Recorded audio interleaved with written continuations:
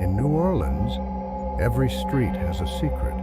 Behind every shuttered window, a whisper lingers.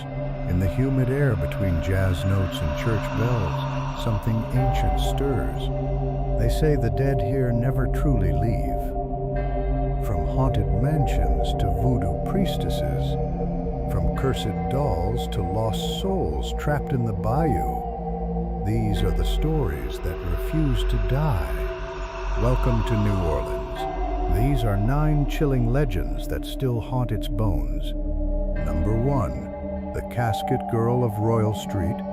The French Quarter smelled of powdered sugar and damp stone as Eliza Bennett wandered down Royal Street, her sandals scuffing against the uneven cobblestones. The afternoon sun cast long shadows, turning the wrought iron balconies into skeletal fingers stretching over the street.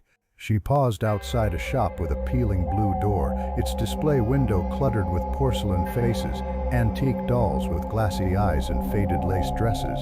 One in particular caught her attention. It was smaller than the others, its delicate limbs stiff with age, its porcelain cheeks cracked like old china, but its eyes, dark and too knowing, seemed to follow her as she leaned closer. A tag dangled from its wrist, the ink barely legible. 18th century, provenance unknown.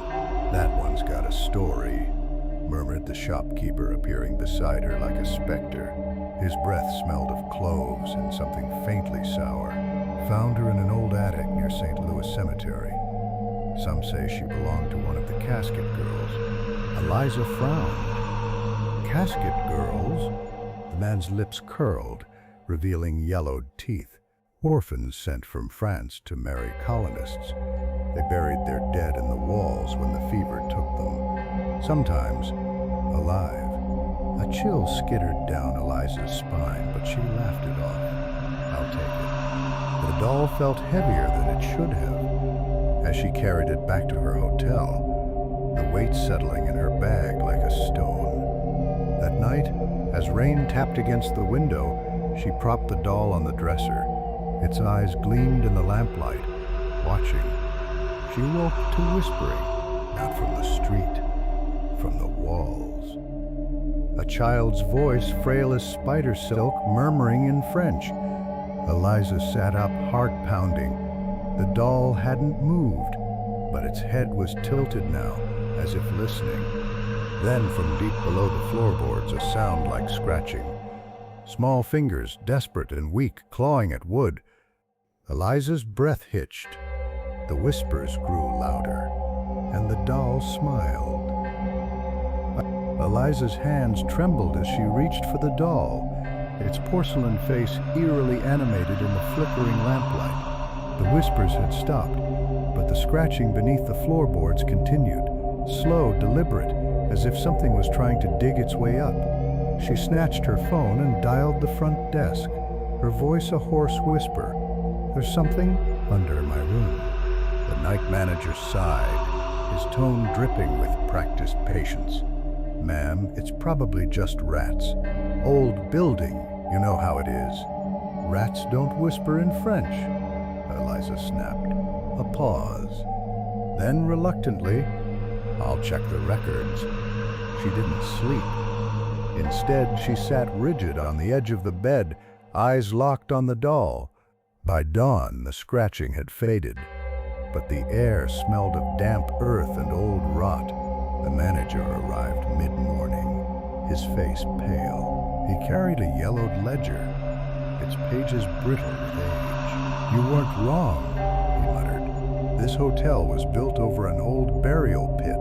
They called them casket graves, places they'd stack the dead during outbreaks.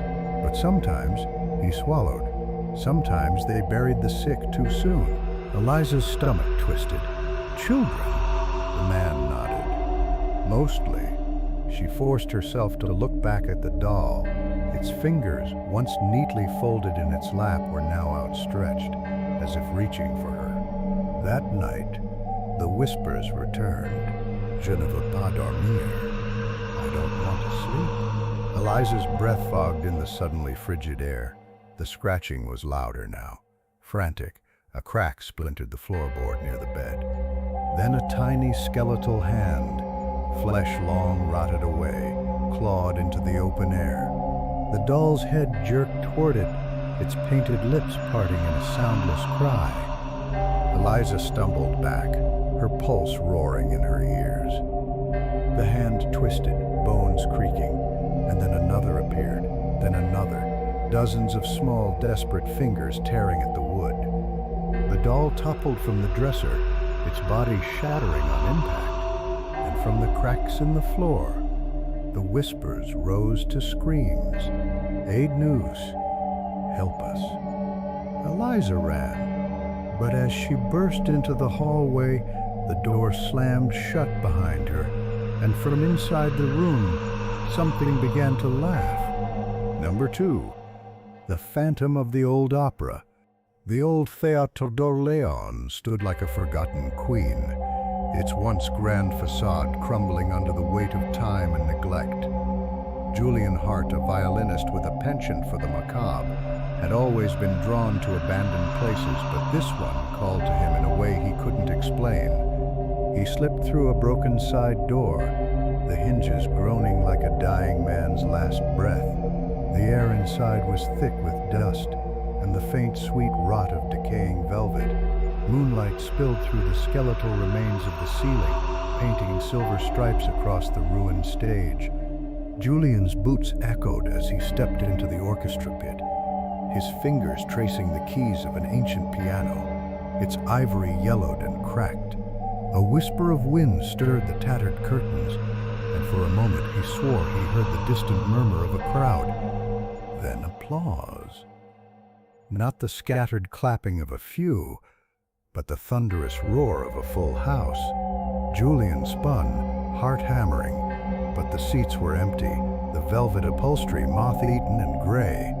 A spotlight flickered to life on stage, illuminating a lone figure in the center. She was tall and slender, her silhouette wrapped in the tattered remains of a once opulent gown.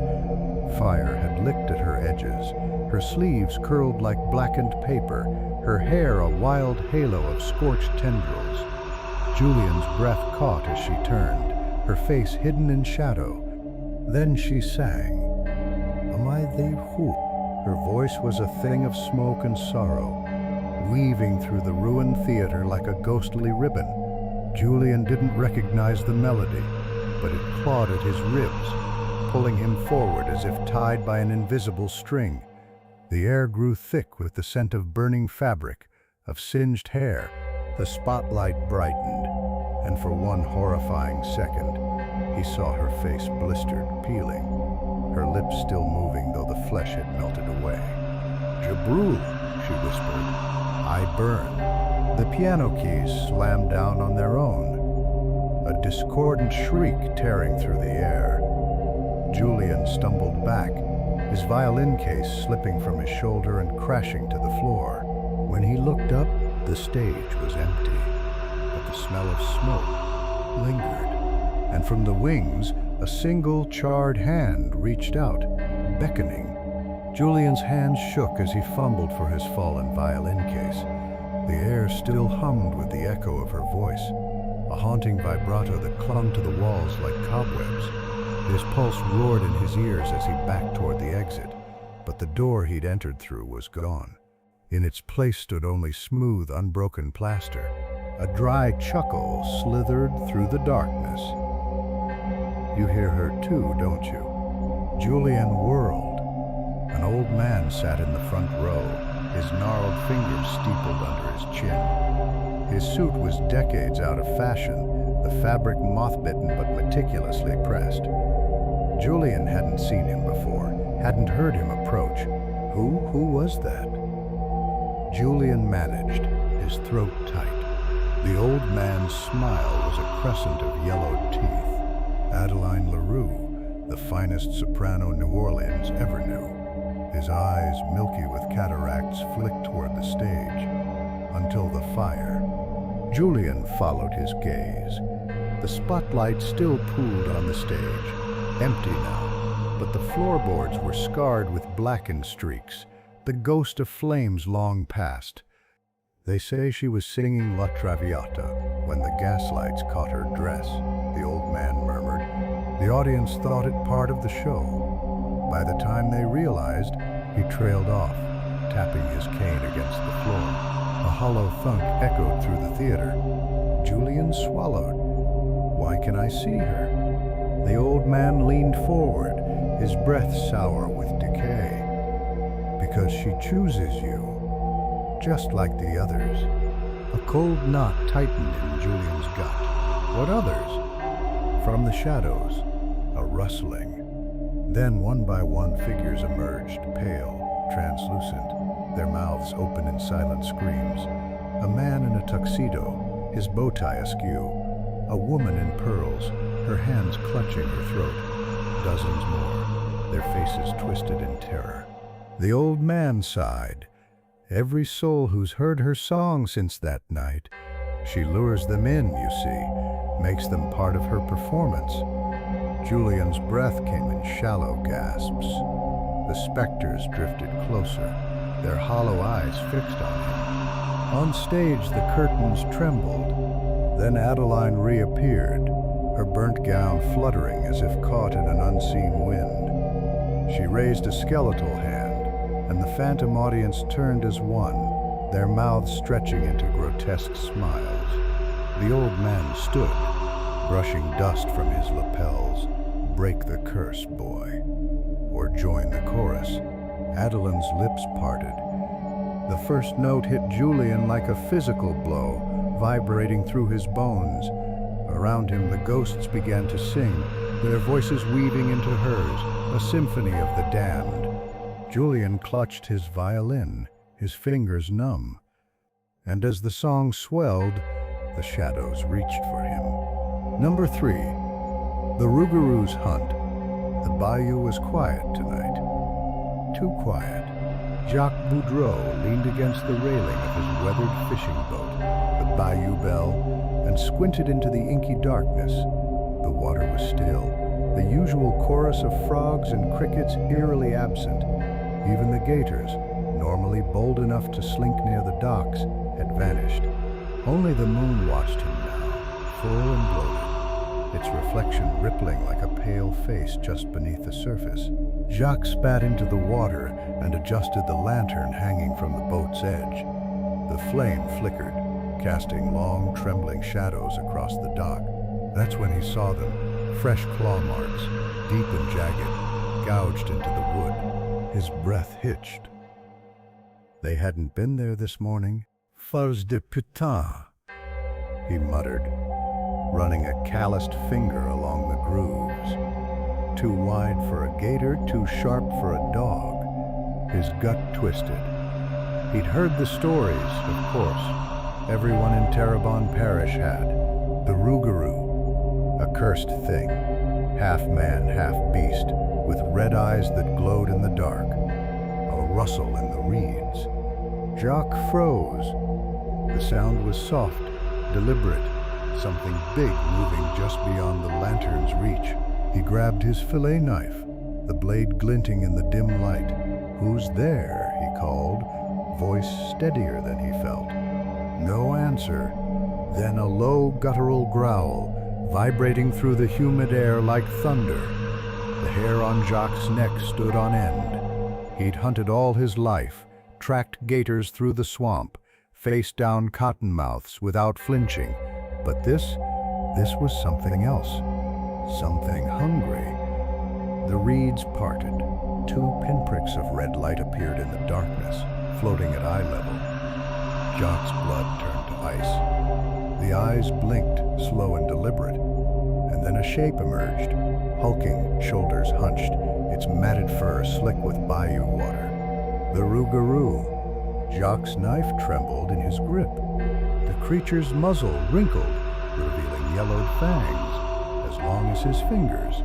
Saliva dripped from its jaws, sizzling where it hit the dock like acid. It took a step forward. Jacques stumbled back, his boot catching on a loose plank. The creature's growl deepened, its muscles coiling. Then, from the distance, a church bell tolled. Midnight.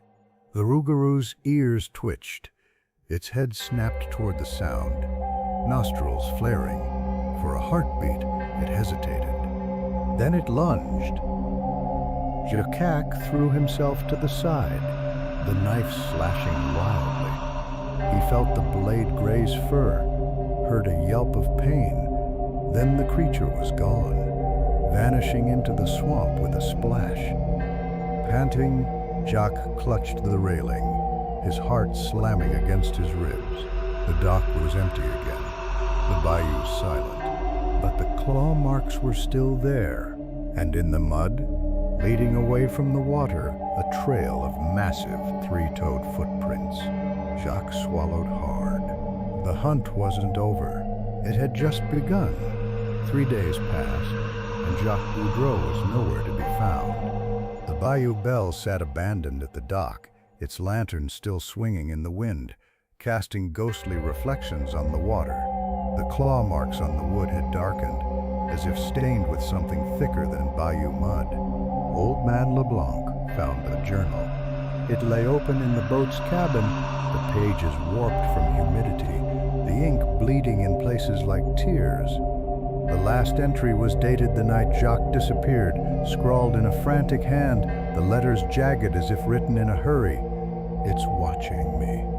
Not just at night, always. Red eyes in the trees, in the water, even in my dreams. I hear it breathing outside my window. The others think I'm crazy, but they don't know. The rougarou doesn't just hunt. It waits. It learns. LeBlanc's throat tightened as he read on. The full moon's tonight. That's when the change happens, they say. When the curse takes hold. I saw him once. Old Henry Michaud, before they found him torn apart in the marsh. His eyes were yellow, his teeth too sharp. He begged me to shoot him. I didn't. Now I wonder if he was trying to warn me. A cold draft snaked through the cabin, making the pages flutter. The next lines were nearly illegible. The pen dug deep into the paper. It's here. Outside. Scratching at the door. Oh God, it's... The entry ended there. LeBlanc snapped the journal shut, his hands trembling. He'd known Jacques for 40 years, knew he wasn't the type to run, wasn't the type to imagine things. If Jacques said something was hunting him, it was, and if the rougarou had taken him, it would take others too. That night, the moon rose fat and white over the bayou. The air hummed with the buzz of cicadas, the distant cry of a night heron. Then, just as the clock in the church tower struck midnight, a howl split the silence. Not a wolf, not a dog. Something in between. LeBlanc stood on his porch, shotgun heavy in his hands, and stared into the blackness. The howl came again, closer this time, followed by the unmistakable sound of something moving through the reeds, something big. Then he saw the eyes, 2 pinpricks of red, floating just above the waterline. They blinked once, slowly, and then vanished. A splash, a ripple, and then nothing.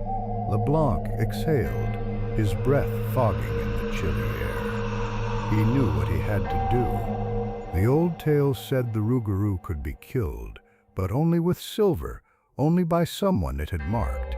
And if Jacques was gone, that meant the curse had passed on. To whom? He didn't know. But the bayou would know. And the next full moon was only 28 days away. He turned to go inside, then froze. There, in the soft mud by his steps, was a single 3-toed print. Still wet. Still fresh. LeBlanc's blood turned to ice. The hunt wasn't over. It had just begun. Number 4, the Voodoo Queen's shadow. The air in St. Louis Cemetery, number 1, was thick with the scent of crumbling brick and old roses. Dr. Lillian Duquette adjusted her glasses, her fingers brushing the weathered surface of Marie Laveau's tomb. The whitewashed brick was covered in X's, offerings left by those seeking the Voodoo Queen's favor. Lillian had spent years studying New Orleans occult history, but standing here, beneath the oppressive midday sun, she felt something she couldn't explain, a prickle at the back of her neck, like unseen eyes watching. Then she saw her, a woman in an antique dress. The fabric, a rich indigo embroidered with gold thread, knelt before the tomb. Her fingers traced the X's reverently, before placing a bundle of herbs and a small, hand-carved doll at the base. Lillian blinked. Tourists weren't uncommon here, but this woman's attire was straight out of the 19th century. Too detailed, too real to be some reenactor's costume. "Excuse me," Lillian called, stepping closer. "Are you with a tour group?" The woman didn't turn. A bead of sweat slid down Lillian's temple. She glanced around, but the cemetery was eerily empty. No guides, no visitors, not even the usual caretaker. Just her and this silent figure. "Ma'am?" Still nothing. Lillian reached out, her fingers inches from the woman's shoulder, and passed right through. A jolt of icy dread shot through her. The woman's form flickered, like a candle in the wind, and for the first time she turned her head. Her face was beautiful, regal, but her eyes were hollow, endless pits of black. Lillian stumbled back, her breath coming in sharp gasps. The woman's lips moved, forming words Lillian couldn't hear. Then, with a rustle of silk, she stood and vanished into the sunlight like smoke. The bundle of herbs remained. So did the doll. And carved into the tomb's base, fresh and gleaming, was a new X, one Lillian knew hadn't been there moments before. Her hands shook as she fumbled for her phone, snapping a picture of the offerings. When she pulled it back, her stomach lurched. The doll in the photo wasn't the one on the ground. It was her. Miniature, perfect, its tiny face twisted in a silent scream. Lillian dropped the phone. The screen shattered, but the image remained, her own terrified reflection staring back beside the doll's grinning visage. A warm breeze stirred the air, carrying the scent of roses and something darker beneath. And from the tomb's shadow, a whisper, "You've been marked." Lillian ran, but as she burst through the cemetery gates, she knew wherever she went, the Voodoo Queen's shadow would follow. Lillian woke with a gasp. Her sheets tangled around her legs like grasping fingers. The dream, if it had been a dream, still clung to her skin, a feverish heat pulsing at her wrist. She threw back the covers, her breath catching. There, just above her pulse point, was a mark, a single jagged X, the skin raised and angry as if carved by an unseen blade. She pressed her fingers to it and hissed. It burned like fresh ink, though no blood welled to the surface. The scent of roses filled the room. Lillian jerked upright, scanning the dim hotel room. The windows were shut, the air conditioner humming softly. Yet the fragrance grew stronger, cloying, undercut with something metallic, like old coins left in a coffin. Rain lashed against the glass outside, turning the French Quarter into a watercolor of blurred streetlights and shifting shadows. Lillian stumbled to the bathroom, flicking on the light. The mark glared back at her in the mirror. Darker now, the edges spiderwebbed with thin, vein-like tendrils. She splashed cold water on her face, but the scent of roses only intensified. "You've been marked." The whisper slithered through her mind, not her own. Lillian spun, heart hammering, half expecting to see the woman from the cemetery standing behind her. But the room was empty. Her phone buzzed on the nightstand. A notification from her photo archive. New image detected. She hadn't taken any pictures. Hands trembling, she unlocked the screen. The image loaded slowly, pixel by pixel, until the horror resolved. The doll. Not the one she'd seen at the tomb, but hers. the miniature version with her screaming face. Only now, it wasn't alone. The woman in the indigo dress stood behind it, her hollow eyes locked on the camera, her lips parted in a soundless chant, and in her hands a needle, threaded with what looked like human hair, poised above the doll's chest. Lillian's wrist throbbed in time with her pulse. A knock at the door. She nearly dropped the phone. The knock came again, 3 slow, deliberate raps. "Dr. Duquette?" A man's voice, smooth as bourbon. "I saw your light. I thought you might need assistance." Lillian didn't move. She knew that voice. It belonged to the caretaker of St. Louis number 1, the one who'd been absent when she'd seen the ghost. But she hadn't told anyone where she was staying. The doorknob rattled. "Such a shame," the voice murmured, almost playful. "Marie doesn't often take an interest in the living." The lock clicked open.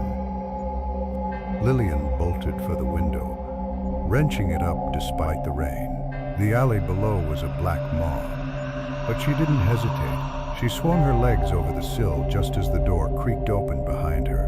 Cold fingers brushed her ankle. She kicked back, felt her heel connect with something solid, and let go. The fall was shorter than she'd expected, the wet cobblestone slamming the breath from her lungs. Pain flared up her side, but she scrambled to her feet, sprinting blindly through the downpour. Behind her, laughter echoed, a woman's, rich and dark, harmonizing with the caretaker's chuckle. The mark on her wrist burned hotter, and the scent of roses followed, even in the rain. Number 5. The Lantern Man of St. Louis Cemetery. The moon hung low over St. Louis Cemetery, number 1, its silver light turning the maze of above-ground tombs into jagged teeth against the night sky. Marcus Leclerc adjusted his camera, the weight of it familiar in his hands. He'd spent years photographing New Orleans after dark, chasing the way shadows played on wrought iron and cobblestones. But tonight, he was after something different. Rumors. Whispers of a flickering light that drifted between the graves, appearing only when the moon was new. The locals called it the Lantern Man, a specter said to guide lost souls to their final resting places. Marcus didn't believe in ghosts, but he believed in a good shot. He crept deeper into the cemetery, his boots crunching softly on broken oyster shells scattered between the tombs. The air smelled of damp stone and old incense, the remnants of offerings left for the dead. Then he saw it. Then a light, small and golden, bobbing between the crypts like a firefly. Marcus's breath hitched. He raised his camera, zooming in as the light paused before a crumbling tomb. The shutter clicked, the flash momentarily illuminating the name carved into the marble. DuPont. The light flared brighter, then moved. Not drifting, held. Marcus's blood turned to ice. A skeletal hand gripped the lantern's handle, its bones yellowed with age. The light flickered, casting jagged shadows up the arm it was attached to. A figure draped in tattered burial shrouds, its hollow eye sockets fixed on him. The Lantern Man. Marcus's hands shook, but he forced himself to take another shot. The flash exploded like a star in the darkness, searing the image into his retinas. The skeletal figure, its jaw unhinged in a soundless scream, the lantern's flame twisting into a face. His face. The camera slipped from his fingers, clattering to the ground. When he looked up, the figure was gone, but the lantern remained. Its flame, now a sickly green, perched atop the DuPont tomb. Marcus lunged for his camera, his pulse roaring in his ears.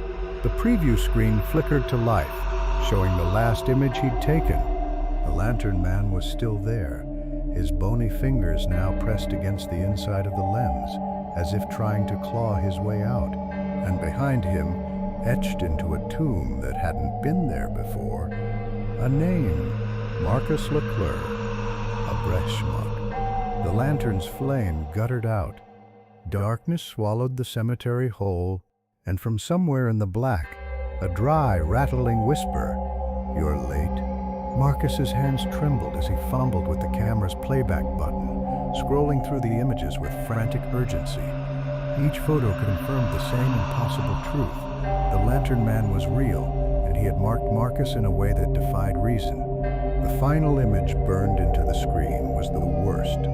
Not only did it show his own name etched into the tomb's weathered marble, but the dates beneath it.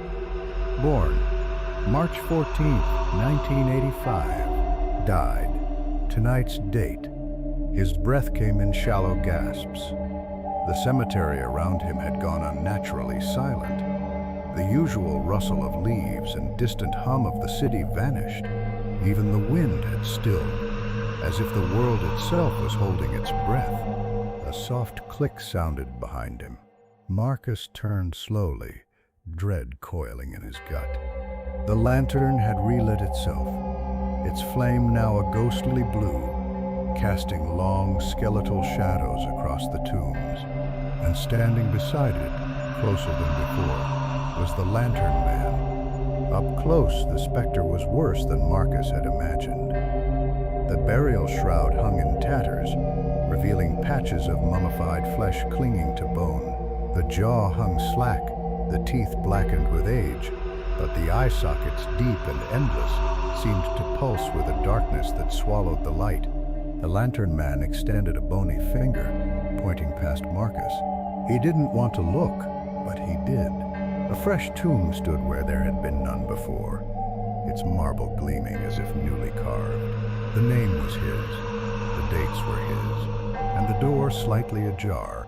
A cold sweat broke across Marcus's forehead. "No," he whispered, "this isn't real." The Lantern Man's jaw creaked open. "You've been called," the specter rasped, its voice like dry leaves scraping stone. "The dead do not wait." Marcus stumbled back, his heel catching on a broken slab. He fell hard, the impact jolting through his spine. The camera slipped from his grip again, skidding across the gravel. When he looked up, the Lantern Man was inches from his face, the stench of old earth and decay thick in his nostrils. The specter's free hand, cold as a winter grave, closed around Marcus's wrist. "Come," it whispered. The world tilted. Suddenly, Marcus wasn't in the cemetery anymore. He stood in a long, dark corridor lined with doors, each one marked with a name, each one slightly ajar. Whispers seeped through the cracks, voices pleading, crying, laughing in madness. At the end of the hall, his own tomb stood open, the interior black as pitch. The Lantern Man released him, stepping back. "Your time is not yours anymore." Marcus's legs moved against his will, carrying him toward the waiting darkness. The whispers grew louder, more insistent, as if eager to welcome him. He tried to scream, but no sound came out. The last thing he saw before the tomb door slammed shut was the Lantern Man's skeletal face, its hollow eyes watching, satisfied. Then silence. Back in the cemetery, the wind returned, rustling the leaves of the ancient oaks. The lantern's flame flickered and died, and Marcus's camera, abandoned on the ground, suddenly whirred to life. The screen lit up one last time, displaying a new photo, one Marcus hadn't taken. It showed the Lantern Man standing before a long row of tombs, each marked with a different name. And in his skeletal hand, the lantern burned bright, its flame now shaped like Marcus's screaming face. The camera shut off. The cemetery was empty, and somewhere in the dark between worlds, a new tomb door creaked open, waiting for the next lost soul to wander too close to the light. Number 6. The Jasmine's Last Chord. The air in the dimly lit club on Bourbon Street was thick with the scent of bourbon, cigarette smoke, and the faint metallic tang of old blood soaked into the floorboards. The crowd was sparse tonight, just the usual diehards who preferred their jazz raw and unfiltered.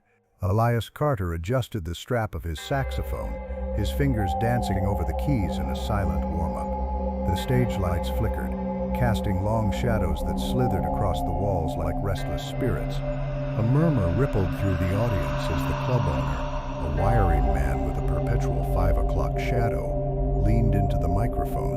"Ladies and gents, tonight we got something special for you. Elias Carter, playing a little something he found in the archives, a tune lost to time."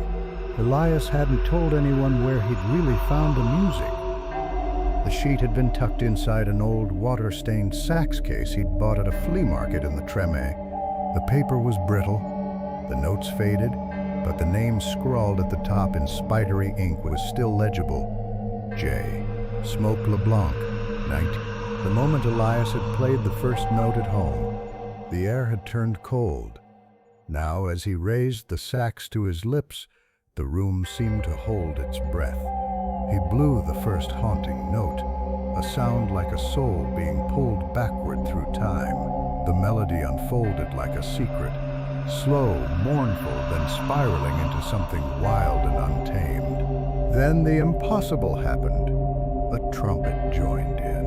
Elias's eyes snapped open. There was no trumpet player on stage, but the sound was unmistakable.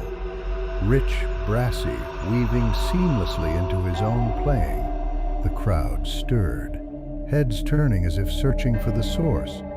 A drum beat kicked in next, steady as a heartbeat. A bass thrummed beneath it, deep enough to rattle the glasses on the bar. Elias kept playing, sweat beading on his brow. The music wasn't just in his head, it was real, filling the club with a sound so alive it made his teeth ache. Then he saw them, flickering at the edges of the stage. Half hidden in the smoky haze were the silhouettes of a band, a trumpeter with his horn tilted to the ceiling, a drummer with sticks moving in a blur, a bassist swaying to the rhythm. Their forms were translucent, their edges bleeding into the shadows, but their music was solid, alive. The crowd gasped.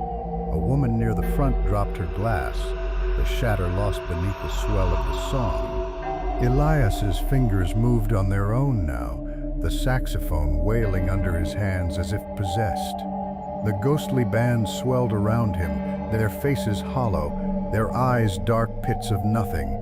The trumpeter turned his head, his lips peeling back in a grin too wide for a living man. The song reached its crescendo, a wail of brass and reed and something else, something that didn't belong in this world.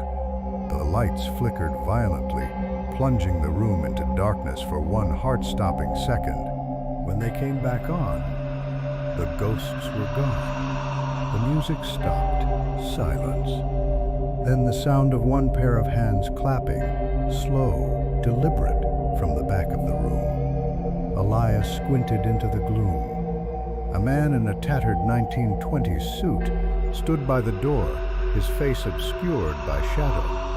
He tipped his hat, the gesture eerily familiar. Then he vanished. The crowd erupted, some cheering, some crying, a few bolting for the exit. Elias barely heard them. His hands were shaking, his saxophone still warm against his lips. And on the floor at his feet, where no sheet music had been before, lay a single, yellowed page. The last chord of the song, and beneath it a name in smudged ink. J. Smoke LeBlanc. Elias picked it up. The paper was ice cold. And somewhere in the back of his mind, a whisper. Play it again. Elias woke with a gasp. His sheets tangled around his legs like a straitjacket. The dream, if it had been a dream, still clung to him, the phantom notes of that cursed melody humming in his bones. He rubbed his face, trying to shake the remnants of sleep, and froze. His hands were stained, not with ink or dirt, but with something dark and flaking crumbling between his fingers like rust. Blood, old blood. Elias lurched out of bed, heart hammering, and stumbled to the bathroom. Under the harsh fluorescent light, the stain stood out starkly against his skin, tracing the creases of his palms like the ghost of a handshake. He scrubbed furiously, but the stains wouldn't budge. What the hell happened last night? The club, the music, the ghosts, and the sheet. Elias bolted back to the bedroom. The single page of music lay on his nightstand, exactly where he'd left it. Except now, the notes weren't just faded. They were moving. Not the paper, the ink itself. The black notes slithered like ants, rearranging themselves into a new, jagged melody. The name at the top, J. Smoke LeBlanc, pulsed, the letters stretching and twisting as if trying to crawl off the page. Elias's breath came in short, panicked bursts. He reached for the sheet, then hesitated. The moment his fingers hovered over it, the room temperature plummeted. His breath fogged in the sudden cold, and from the corner of his eye, movement. The shadows by his closet thickened, stretching unnaturally toward the center of the room. A shape coalesced, tall, lean, the silhouette of a man in a wide-brimmed hat. The figure stepped forward, the faint glow of a cigarette ember flaring in the dark. Elias's throat closed. "Smoke," he whispered. The figure exhaled, the smoke curling into the air. But it didn't dissipate. It twisted into musical notes floating between them like an invitation. "Play me." The voice wasn't audible. It echoed inside Elias's skull, smooth as bourbon and twice as intoxicating. Elias shook his head. "No. Whatever this is, no." The shadow man tilted his head. The cigarette flared again, illuminating the lower half of his face for the first time. Lips stretched too wide, teeth sharp and yellowed. "You already did." The sheet music trembled on the nightstand. The notes had finished rearranging, the new melody more discordant, more hungry than the last. Elias's fingers twitched. Against his will, his hand drifted toward the saxophone case leaning against the wall. The shadow man chuckled, the sound like a record played backward. One more time. For old time's sake. Elias's fingers closed around the sax. The metal was ice cold, the keys sticking slightly, as if coated in something tacky. He didn't want to look, didn't want to know. But he did. The mouthpiece was caked with dried blood. The shadow man stepped closer. The scent of old tobacco and something fouler like meat left too long in the sun filled the room. "They loved us last night. They'll love us again." Elias's vision blurred. The room tilted. Suddenly, he wasn't in his apartment anymore. He stood on a dimly lit stage, but not the one from the club. This place was older. The walls papered with peeling advertisements for absinthe and vaudeville acts. The air reeked of sweat and opium. The crowd before him wasn't clapping. They were screaming. No, not screaming, singing. Their mouths stretched impossibly wide, their voices harmonizing in a chorus that made Elias's ears bleed. On the stage beside him, the ghostly band from last night played with manic intensity, their instruments dripping black sludge, and at the center of it all, Smoke LeBlanc grinned, his trumpet raised. "Welcome to the encore."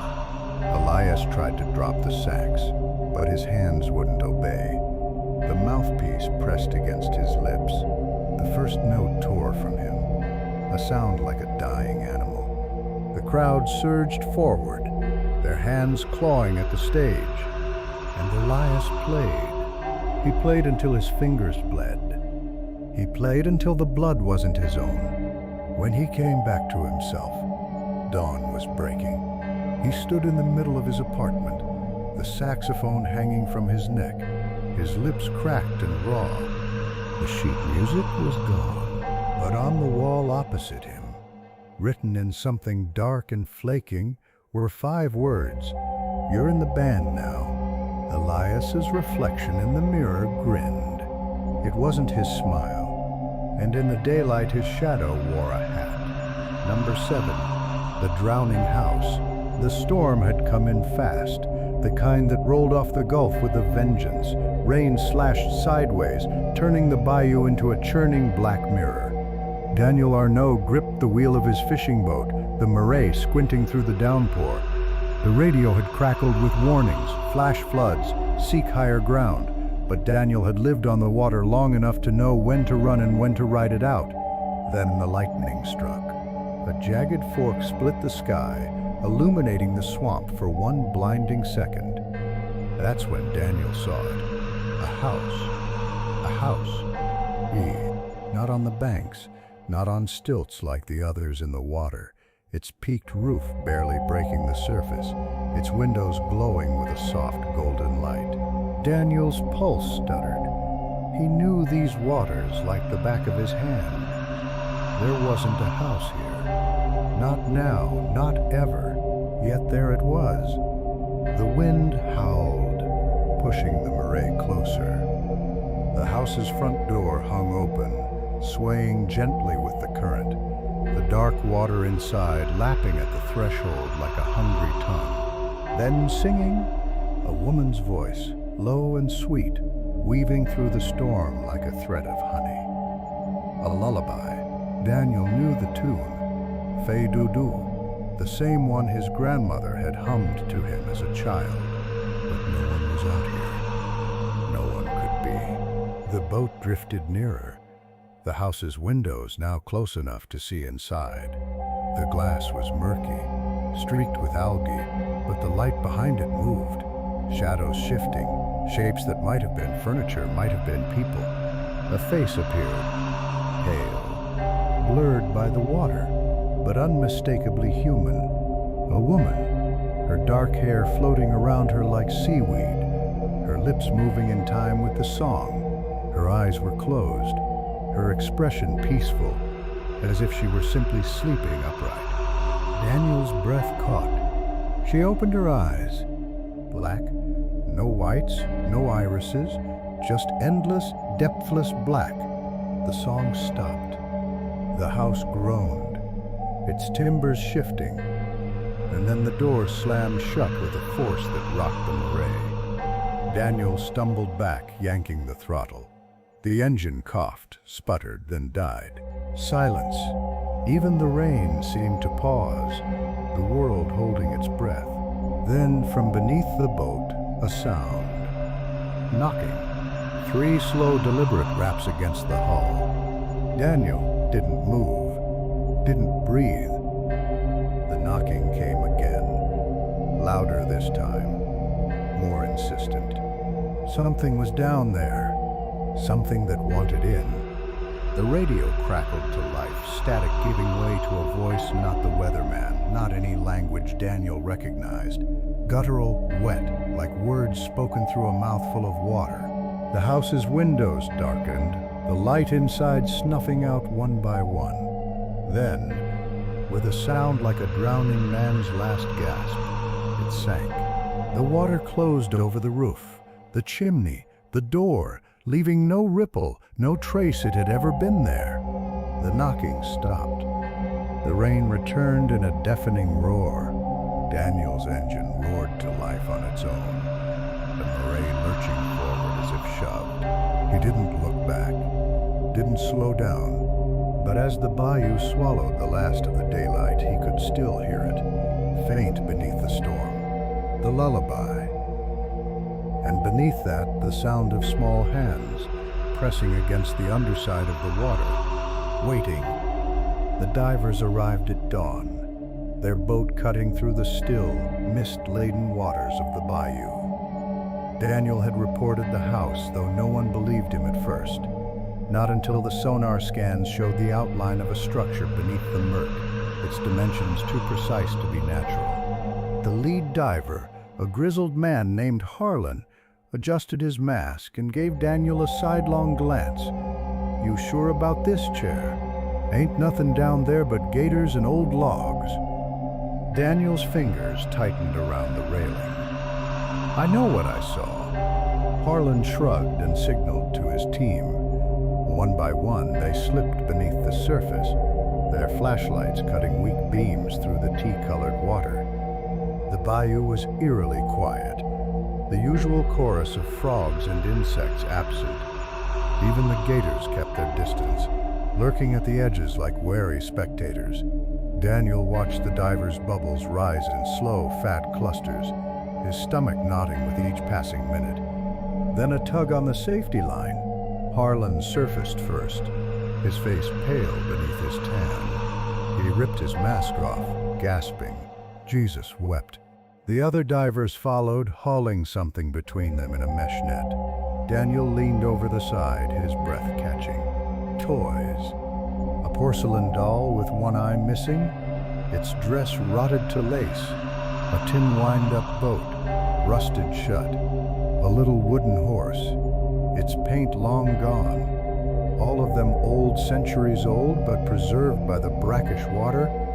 But the worst was the last thing they pulled up, a child's shoe, tiny and leather, still laced. Inside, nestled in the toe, was a lock of blonde hair, tied with a faded ribbon. Daniel's throat went dry. That house, it wasn't empty. Harlan didn't answer. He was staring past Daniel, his eyes wide. A pirogue glided silently toward them, its lone occupant an old Creole woman with skin like weathered cypress. She didn't paddle. The boat moved on its own, cutting through the water like a knife. Vous avez réveillé la maison, she murmured. You woke the house.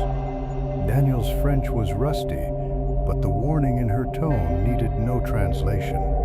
The woman's gaze flicked to the toys, then back to Daniel.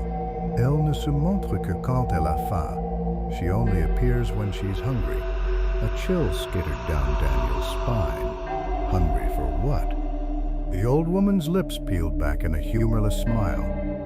Les perdus. The lost. Before Daniel could ask more, a sound echoed across the bayou. A child's laughter, high and bright, bouncing off the water with no clear source. The divers froze. The old woman didn't flinch. Put them back, she said, nodding to the toys. Or the next thing she takes won't be long gone. It'll be fresh. Harlan didn't argue.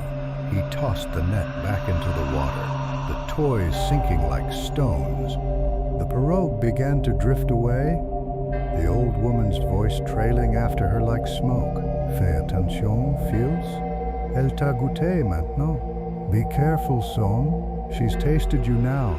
The laughter came again, closer this time. Daniel didn't wait to see if the house reappeared. He gunned the engine, the Marais roaring to life. But as the boat sped away, he could have sworn he saw something break the surface behind them.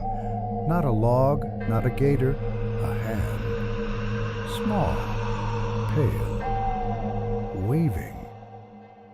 That night, the rains returned. And in the village, a child's bed was found empty, the sheets still warm, the window open. On the sill, a single, waterlogged toy horse. And outside, in the mud, tiny footprints leading toward the bayou. Number 8, the Bride of Lafayette. The Hotel Lafayette had seen better days.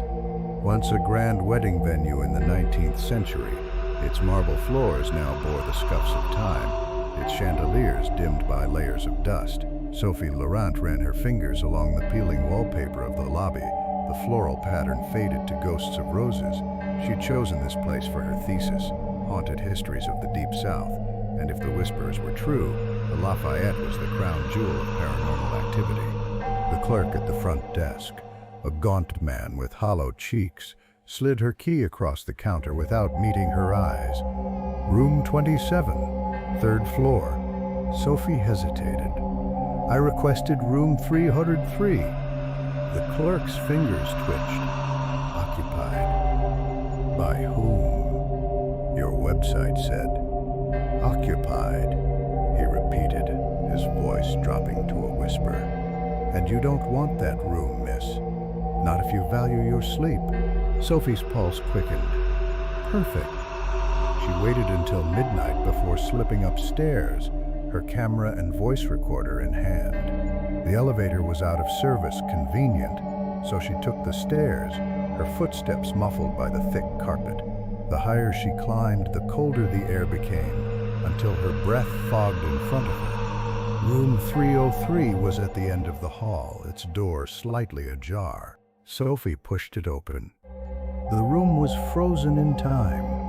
A four-poster bed draped in moth-eaten lace, a vanity cluttered with yellowed perfume bottles, a wedding gown laid carefully across an armchair, its fabric still damp, as if freshly pulled from water.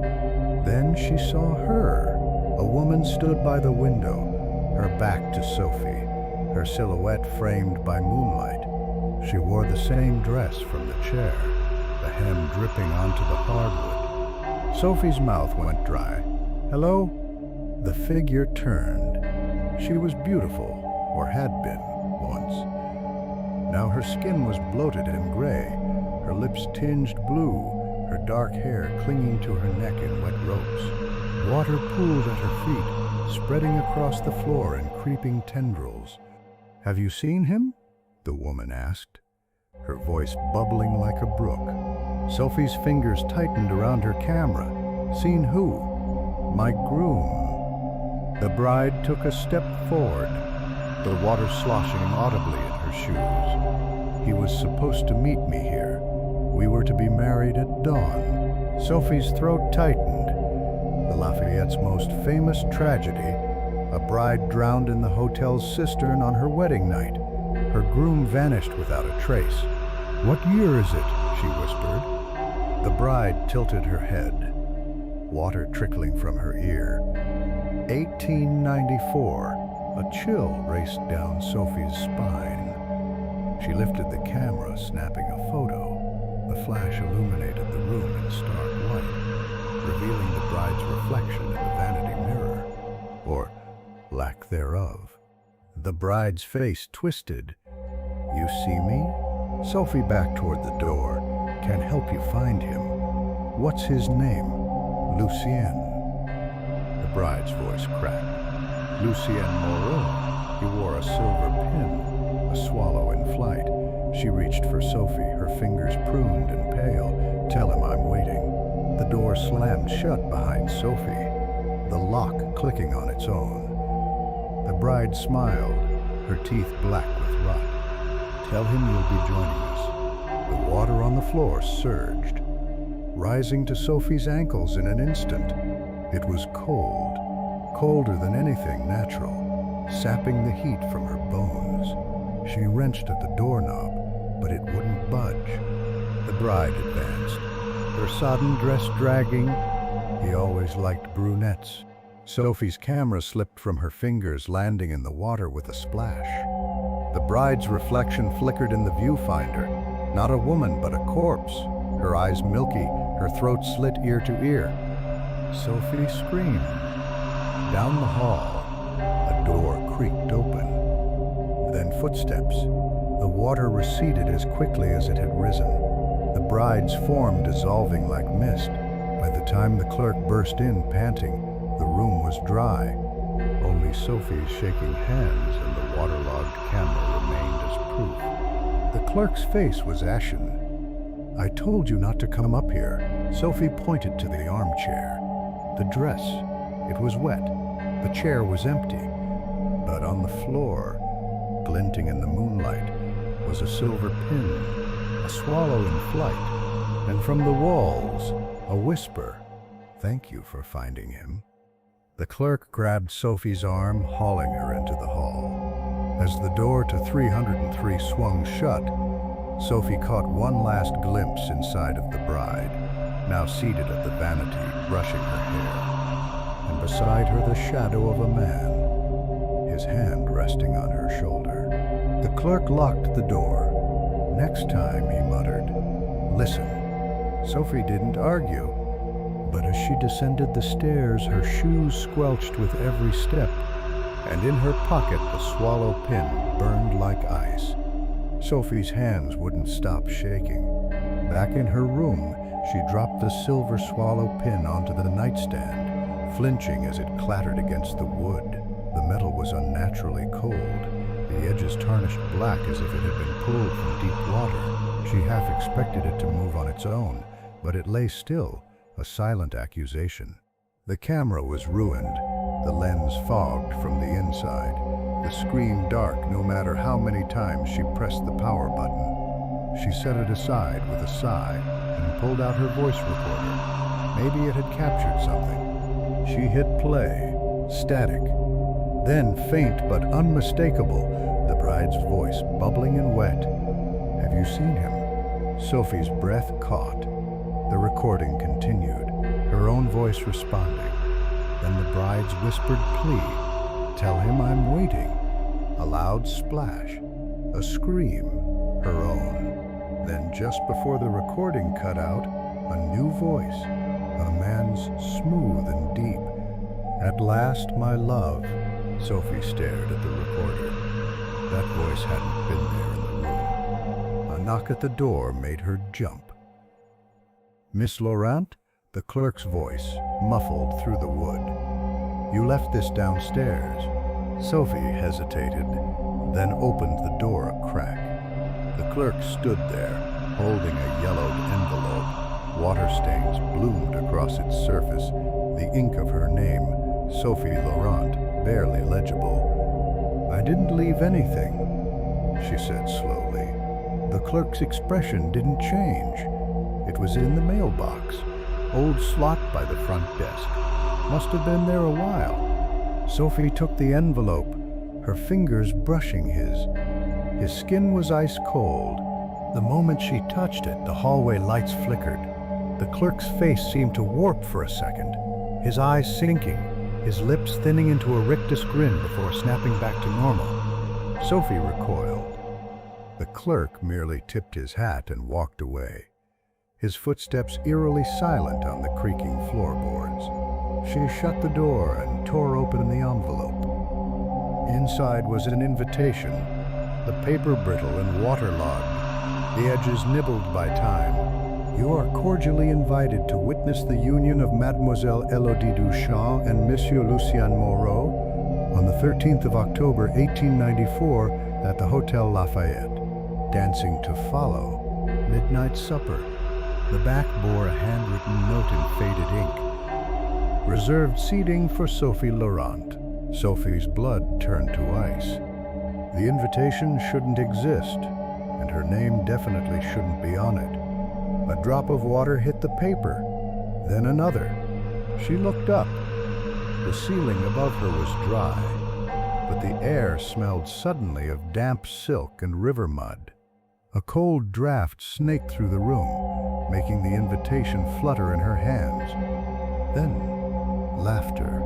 Not from the hallway, not from the walls, but from inside the envelope. Sophie dropped it. The invitation landed face down, the back now visible, and the words had changed. "You are cordially invited to join us." The swallow pin vibrated on the nightstand, emitting a high, keening whine. The sound drilled into Sophie's skull, bringing with it a flood of images, a bride weeping by the cistern, her dress soaked, a man's hands slick with rain pushing her under the clerk, younger but just as gaunt, locking the cistern gate with a smile. Sophie gasped, the vision breaking. The pin fell still. The invitation was gone. In its place, a single wet footprint. And from the hallway, the faint strains of a waltz. Sophie grabbed her bag and ran. But as she fled down the stairs, the music followed, growing louder with every step. The lobby was empty, the front doors locked tight. Behind the desk, the clerk watched her, his fingers steepled. "Leaving so soon, Miss Laurent," he murmured. But the ceremony's just begun. The chandelier above her swayed.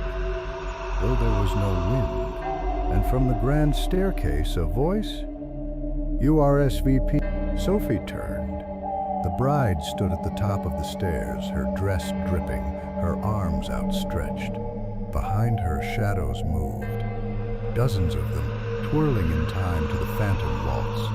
And at her side, a man in a waterlogged tailcoat, the silver swallow glinting on his lapel. His smile was a knife slash in the gloom. "We saved you a seat." The clerk's chuckle followed Sophie as she bolted for the service entrance, her pulse roaring in her ears. The door gave way with a crash, and she stumbled into the alley, the humid night air hitting her like a slap. She didn't stop running until she reached the streetlight. When she looked back, the Hotel Lafayette stood silent, its windows dark, but on the steps, gleaming wet in the moonlight, lay two things: the swallow pin and a wedding ring, sized perfectly for her finger. Sophie left them there. But as she turned the corner, the waltz began again, faint but unmistakable, and this time it was playing in her head. Number 9. The Clockmaker's Curse. The antique shop on Chartres Street smelled of beeswax and rust, the air thick with the quiet hum of forgotten things. Oliver Bouchard adjusted his glasses as he examined the clock, an ornate gilded piece with a cracked face, its hands frozen at midnight. Odd, isn't it? The shopkeeper, a wisp of a man with ink-stained fingers, appeared at his shoulder, found it in the attic of an old Creole townhouse, been broken for decades. But listen, he tilted the clock slightly. Tick, tick, tick. Oliver frowned. The hands didn't move, yet the sound was unmistakable, a steady rhythmic pulse like a heartbeat muffled beneath glass. It shouldn't work, he murmured. The mechanism was visible through the cracked face, the gears tarnished and still. The shopkeeper's smile was a thin, knowing thing. Some say the man who made it was a genius. Others say he made a deal to keep time itself in his pocket. He set the clock down with a soft clink. Either way, it's yours for a fair price. Oliver wasn't a superstitious man. As a watchmaker, he believed in gears and springs, in the tangible turn of the world. But something about the clock called to him. The way its broken face seemed to watch, the way its ticking grew louder when he leaned close, as if whispering secrets. He bought it. That night, in his cramped workshop above the shop, Oliver laid the clock on his workbench. The moment he touched a screwdriver to the first hinge, the temperature dropped. His breath fogged in the sudden chill, but the clock's ticking remained steady, unfazed. Tick, tick, tick. He pried open the back panel. The gears inside were pristine, not a speck of rust, not a hint of wear. They moved in perfect synchronization, though no power source drove them. Oliver's pulse quickened. This was impossible. Then he saw the inscription, etched into the brass in delicate, looping script. Time takes what it's owed. A drop of sweat slid down Oliver's temple. The moment it hit the clock's mechanism, the gears screamed, a high metallic shriek that sent him stumbling back. The hands lurched forward, spinning wildly. Midnight. Again. Again. Again.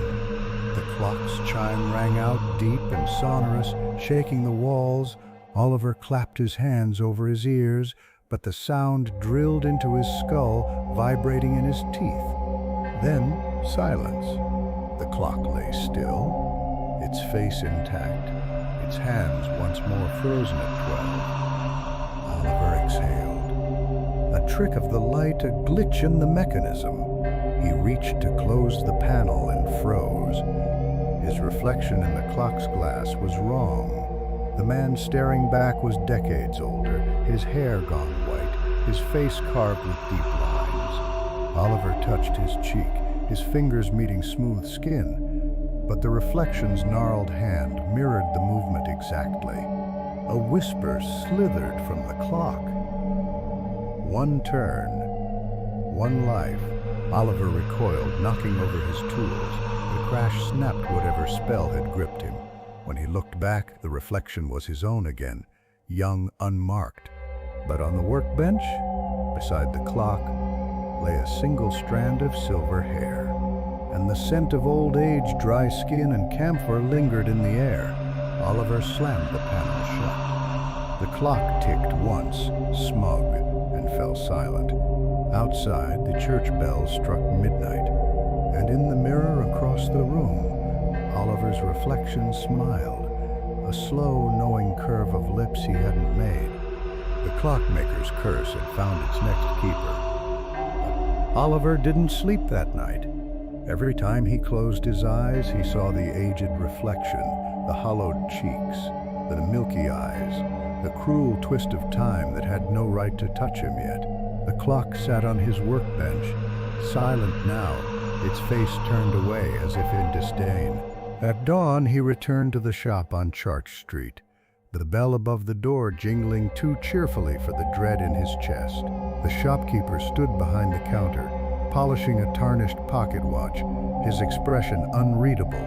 "You knew," Oliver accused, slamming the clock onto the counter. The glass face rattled but didn't crack. The shopkeeper didn't flinch. He set down the watch and folded his hands, his ink-stained fingers interlacing like the gears of some unseen mechanism. Knew what? Oliver's hands trembled. It's cursed. It aged me. For the first time, the shopkeeper's mask slipped. His gaze flicked to the clock, then back to Oliver. "You opened it." "Of course I opened it. I'm a watchmaker." The shopkeeper exhaled sharply through his nose and reached beneath the counter. He produced a ledger, its pages yellowed and brittle, and flipped to the last entry. The handwriting was faded but legible, a single line, written in a frantic, sprawling hand. "Time takes what it's owed." Oliver's stomach dropped. The same words inscribed inside the clock. "That's the clockmaker's final entry," the shopkeeper murmured. "Henri Lefebvre made this piece in 1823. They found him the next morning, dead at his workbench. 100 years old, they said, though he'd been 30 the day before." He tapped the page. "Every owner since has met the same end, some faster than others." Oliver's throat tightened. "Why sell it then?" The shopkeeper's smile was thin. "Because it doesn't stay sold. It always comes back. Someone always takes it." He pushed the ledger toward Oliver. "You've been marked now. It's yours until it's done with you." Oliver stared at the clock. In the morning light, it looked harmless, just a broken antique, nothing more. Then it ticked, once loud, like a hammer on a coffin nail. The shopkeeper's voice dropped to a whisper. "Henri didn't just make the clock, you understand. He fed it, stole years from others to keep himself young. But time always collects its debts." Oliver's reflection in the shop window wavered just for a second, his face aging, then snapping back. His breath hitched. "How do I break the curse?" The shopkeeper hesitated. Then reluctantly, "You don't, but you can pass it on. Sell it to someone else before midnight tonight." Or he trailed off, nodding to Oliver's hands. Oliver looked down. A liver spot had appeared on the back of his hand. He bolted from the shop. The clock clutched to his chest like a bomb. The day passed in a blur. Oliver tried every pawn shop, every collector, even tourists on the street. But no one would take it. Some recoiled as if sensing its malice. Others simply walked away mid-sentence, forgetting the transaction entirely. By dusk, Oliver's hair had begun to gray at the temples. He stumbled into his workshop, the clock's ticking now a constant, mocking pulse in his skull. The ledger's words burned behind his eyes. Time takes what it's owed. But what had he owed? Nothing. He'd never cheated time, never stolen a second. The clock chimed, a deep, resonant bong that shook the floorboards. Oliver cried out, clutching his chest, as a wave of weakness crashed over him. His knees buckled, and he caught himself on the workbench, his hands now wrinkled, veined, gripping the wood. The clock's face had cracked further, the hands inching toward 12. Oliver's reflection in the window was unrecognizable. An old man, bent and trembling, his eyes wide with terror. "No," he croaked. "No, I didn't agree to this." The clock ticked louder, faster, its gears whirring like a swarm of insects. The hands spun wildly, each rotation stealing another breath, another heartbeat. Oliver collapsed, his bones aching, his skin paper thin. The workshop blurred around him, the walls warping, the air thick with the scent of camphor and decay. Somewhere a door creaked open.